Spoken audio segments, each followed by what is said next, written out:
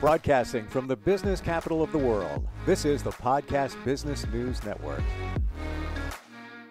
I'm loving what we're going to talk about today because it's kind of the baseline for everything.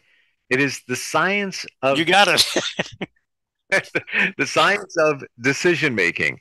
What makes you or your team or people you're involved with, relationships, how do they come up with a certain decision?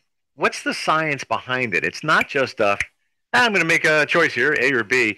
There's a lot more going on. We're going to dig into that. And he's somebody that coaches all different types of people, executives, individuals. He's an author, a speaker, a pilot, and he's also the guy behind coachingforrelevance.com. Randy Swaim is back with us. Hey, Randy, how you doing? Hey, great, Steve. Good to be here as always, man. Good to work with you on this.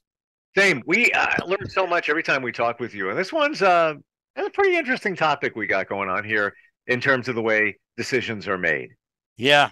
And you know what? It is key. And if you look at it and the people that are listening, when you think about perhaps, experiences with teams that you work with, you will probably at least see some little subtle hints of evidence where the wrong side of this came into play. And are we aware, particularly as leaders or becoming leaders, are we aware of that, and how are we going to make it right? So it's just kind of an interesting point in there in terms of thinking.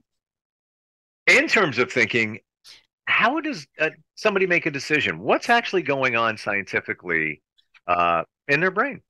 Well, I'll tell you what, let me just share the first part of this because what you're saying there is right. One of the big things that gets in the way of a lot of teams today, and let's face it, not everything, as I've said countless times on the shows and everything, not everything fits a rote academic scenario, and so often today, people that are managers that are trying to get the best or whatever, because they're thinking wrong, they're actually shutting off their team's ability to really process and understand that. And in fact, one of the things that I kind of listen for, it really brings this aspect of neuroscience into the picture here that I'll kind of share just briefly, but we'll have some time to kind of bring some questions and stuff like that for sure. But one of the things I found it very interesting, and you've seen examples out there, but all over our society, we have a lot of people that are trying to lead people that are working for them, reporting to them or whatever. And in fact, sometimes you see this in nonprofit organizations where the manager is trying to drive the emotions, get the emotions going, fired up. And, and it's interesting that one of the reasons they do that is because if I make you grossly emotional, I can control you. And you don't have to think because your emotions are driving it all. And what's interesting is I was listening to somebody speaking. I think I mentioned this to you. Her name was Deborah. And I think her name was Folletta, kind of thing, her last name. If I mispronounced it or missed a letter, my apologies, but Deborah was her first name. But she's a certified professional counselor. And the way she put it was totally in line with where I'm going. And by the way, this topic I'm also bringing to a roundtable discussion on June 21st that's focused on neuroscience and neuroplasticity and everything. This roundtable event I'm going to be the head of. And but it's interesting because she said that old school research from decades ago, everybody had this mindset in their picture that, and you probably have heard somebody say this along the way, that emotions drive your thinking. Emotions make you think, kind of thing. And she said it correctly when Deborah said, you know what? Unfortunately, modern day research shows that is not true. And it shows just the opposite. It's actually the other way around, because when you look at it, what your brain is thinking, remember the frontal lobe is what brings the processing into play. And once your brain kind of senses the picture, it releases certain chemicals like oxytocin, which could be a feeling of synergy and real teamwork and family, norepinephrine, which is fight or flight, kind of thing, and things of that nature. And it's the brain that releases the chemicals to drive the emotions, not the other way around. And that's what a lot of people don't understand.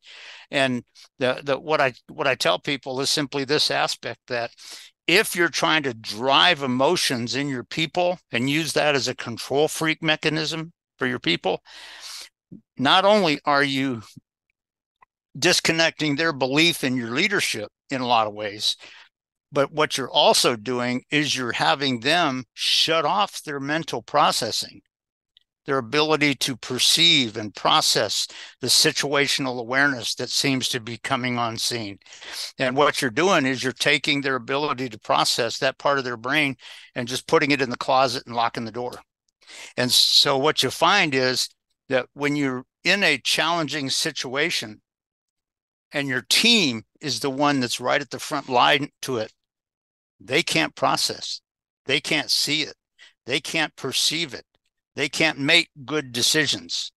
And in fact, and that's a challenge for your team. And it also limits the aspects of the satisfactory results that you want. So this difference between the dysfunctional aspect, and one of the things you've heard me say this on the show before, the concept of the dopamine fix that a lot of people are dependent on. Dopamine is the chemical that your brain releases to try to feel rewarded. And what a lot of people do by generating emotions in other people so that they just shut their brain off and they just capitulate to me, it's driven by my, focus on my dopamine fix, that I can just kind of pat myself on the back for doing that, kind of thing. And it's not that way across whatever for every situation, but it is something that comes into play. But these are two very different things, and one is true and one is not true. When you're talking about this old school thinking of emotions generate your mind, no, that is not true. It's not even close to being true, and it's not leadership, and it's disconnecting some of the things your team needs to be successful, particularly in a situation that is a little bit more unpredictable, where it doesn't just fit a rote academics thing. But if you develop your leadership ability to gain your team's processing ability, and you know what? When they start to see the possibilities in this of the successful outcome and what that might look like, all of a sudden they start generating some oxytocin within them. They start generating this ability to feel synergistically together, and let's accomplish this. Yeah, let's do this kind of thing. And they begin to get that fired up feeling of wanting to get across the firing line here and get to the solution where we all know we achieved it together. And so all of that it's a very different picture. And a lot of people today still go to that old school way of thinking that is not even effective. It wasn't true then. Just the research from decades ago suspected that.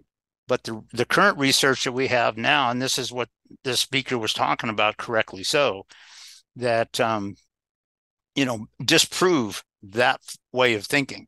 And it's exactly the opposite. It's your brain, as you start generating the picture of what it's going to be like. If you start generating the processing where you could get a sense of, boy, you know what, this is why we want to accomplish this.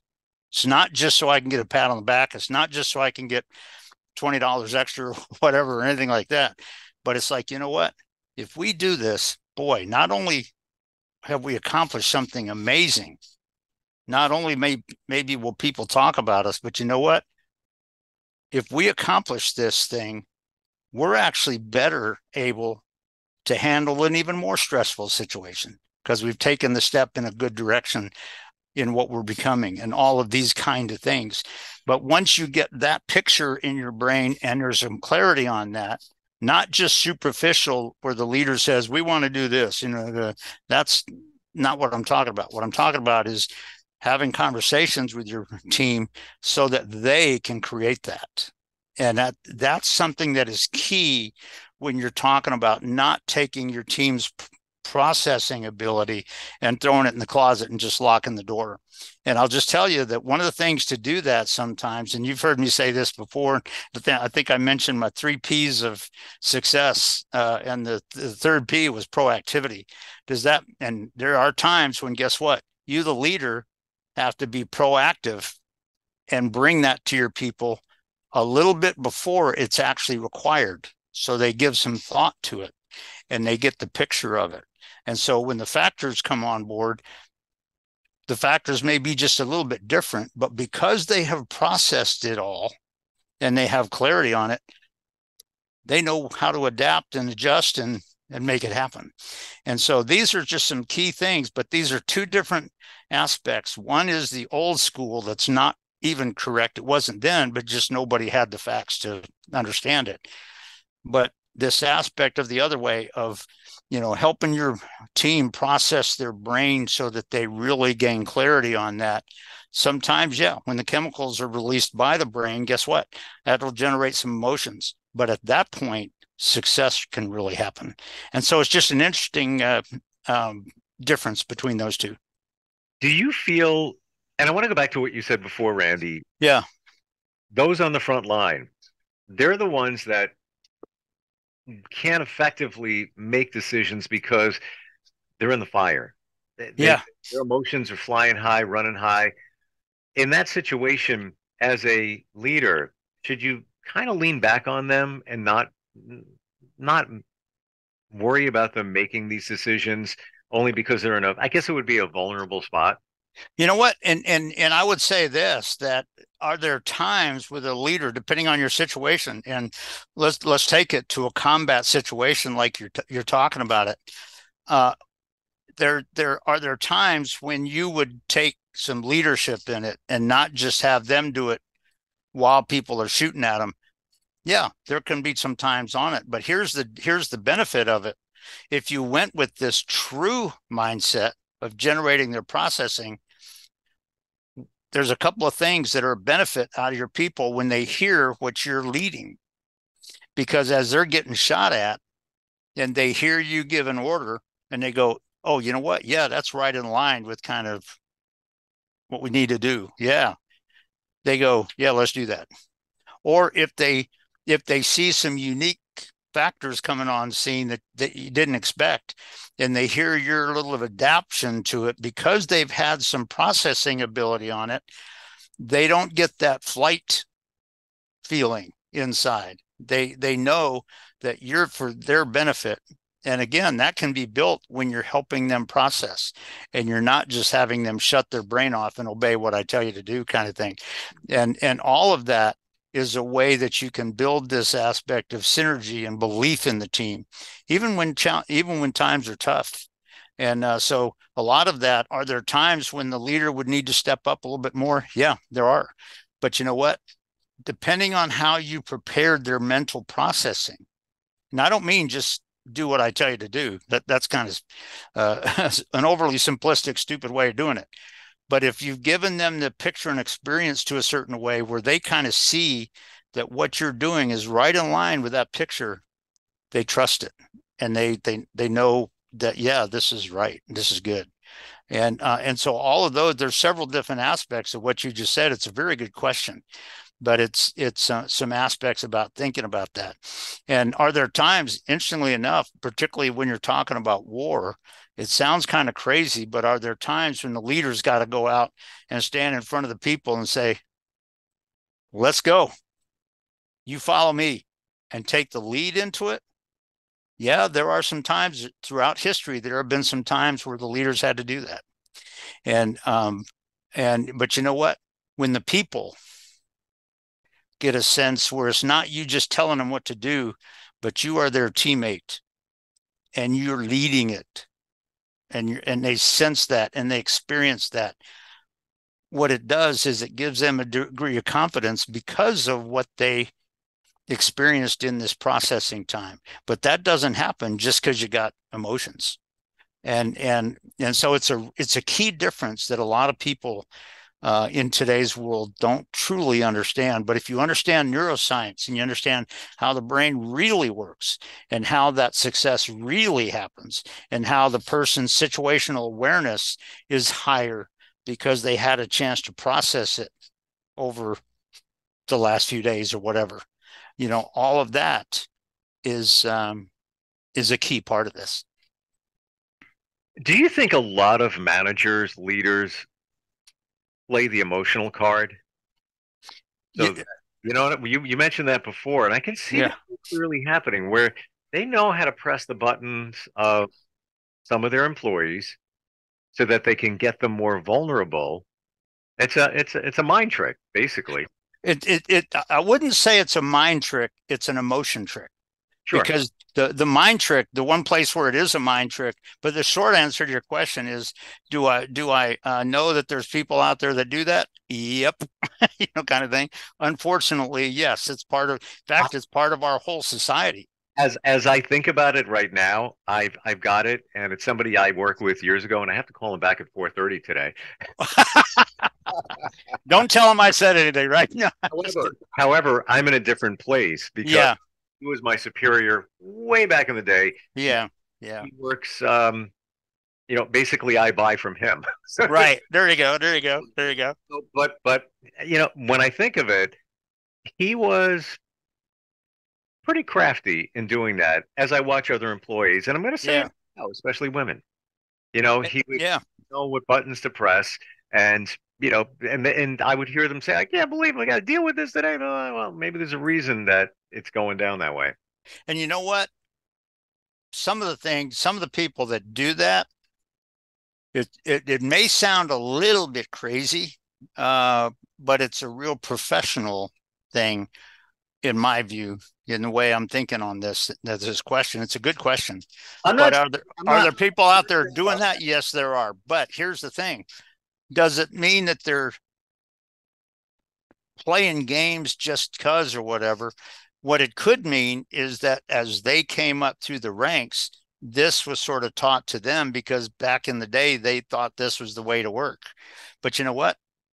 They have not seen the new way and the truthful way of doing it with no understanding of how they're shortcutting their people. Right. They don't know what they're actually doing.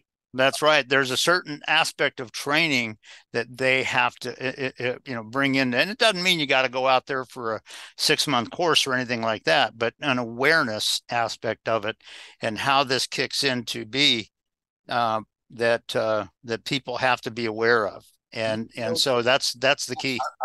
I'm throwing questions out here. Here we go. Go for it.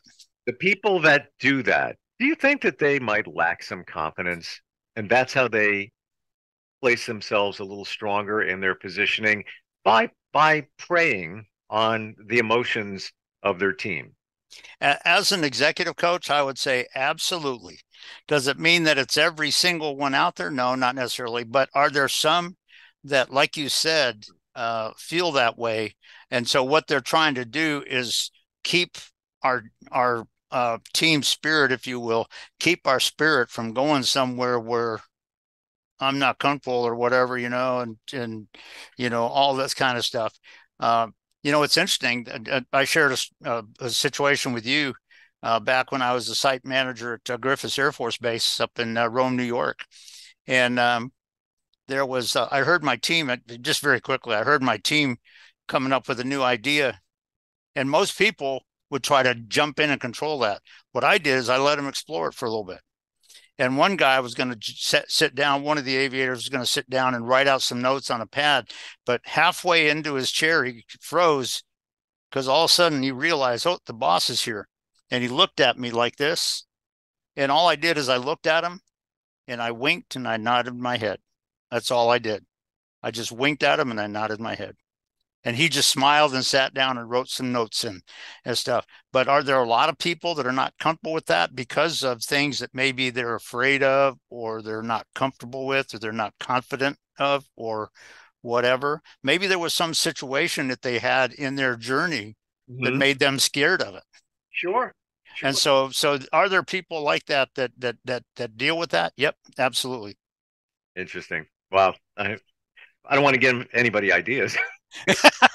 Yeah, but you know what? When you're talking about leading your team, if you get some evidences where somebody on your team, and this could be like an executive level guy looking at one of the managers that works for him, you know what?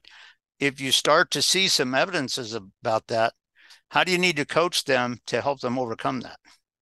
And it isn't just by dictating to them or whatever, but it's about modeling that aspect of a facilitative coaching approach to leading people. And so yeah, it's a key thing. But yeah, that there when you look at these two differences, the old school way, which was never really true and is not true now, versus the real uh, uh, scientific way of how the brain works and where the emotions come into play from the brain, not the other way around, kind of thing. It has a lot to do with how the leaders need to interact and how they need to employ what they do so that they get the best out of their team, even when the situation is not just rote academic. And so it's because I'll tell you what, you're doing a great job as a leader when people on your team all of a sudden come up with a result that is magical, and you would have never pictured that. Right. But you just look at them and go, "Good job, guys. Good job." All of you ladies and all you ladies and guys, I just so appreciate you guys are amazing. It's what we're talking about. If not even just for leaders, but people on the team to be aware of. Let's say yes, it is. Advisor that's acting a certain way. There may be reasons for it, but at least you can identify it, and just have better landscape clarity on the whole situation, which is what you do when you coach, right? And you think about it, if your people feel that, you want to talk about a level of synergy that you would have never imagined. When those people feel one together. Yep. Wow. How did I make that happen? Well, you didn't. You just led in such a way that they created it within themselves. And like I say, if you understand and you get their processing going and get the brain in, that's going to generate some of those chemicals. But it's not like the other way around, which is what years ago people thought.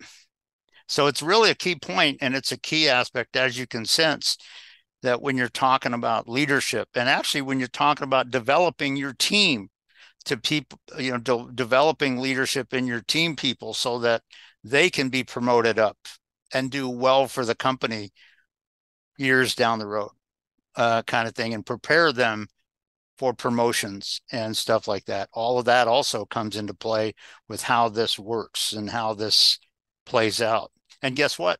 If you really make it great and really apply it well, guess what? Your company, your organization's better off. And so it's just some aspects about these two different, approaches, these two different pictures of it, one that's not true, but one that is totally true and aligned with neuroscience. But if you get that, guess what?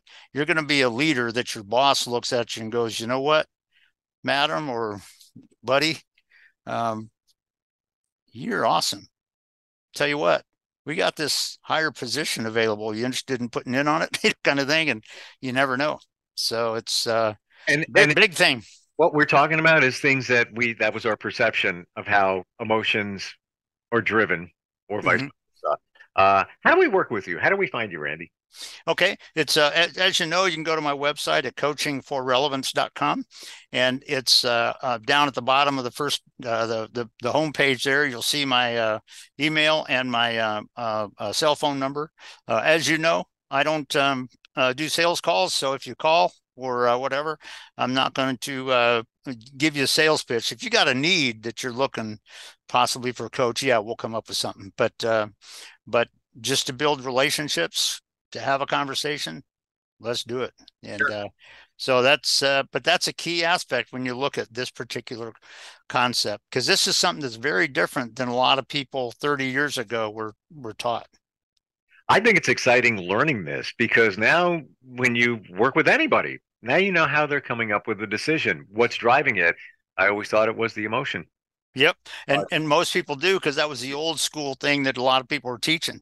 Right. And like I said, I'm actually going to be bringing this up onto the roundtable event on June 21st.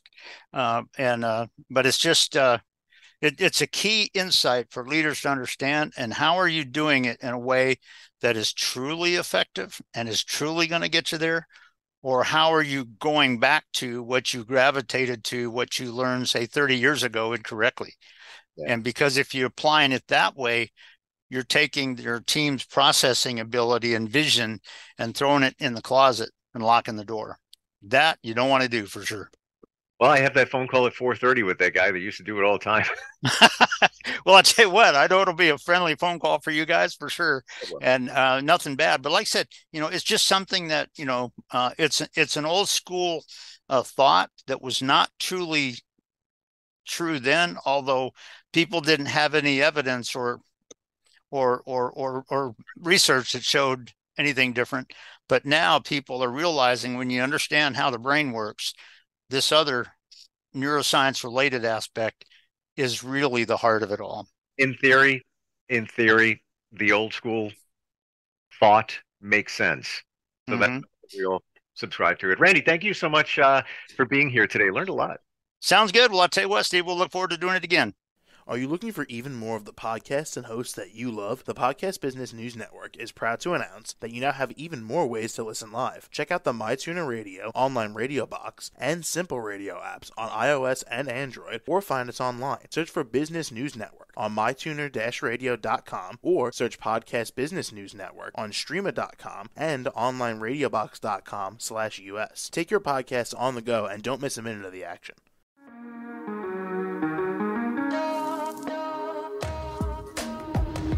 Broadcasting from the business capital of the world, this is the Podcast Business News Network. For nearly 2,000 severely injured veterans, everyday life has become filled with barriers. Day-to-day simple tasks can become pretty daunting. I have to carry my chair up 2 flights of steps or have somebody do it for me. What scares me the most is just the falling.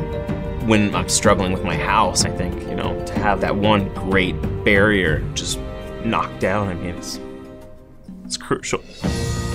Home for Our Troops is a wonderful nonprofit that builds a mortgage-free, fully adaptive, handicap-accessible house. And there's no catch. It'll be our very first home that we've ever owned. This is a game changer. This is where your life begins again.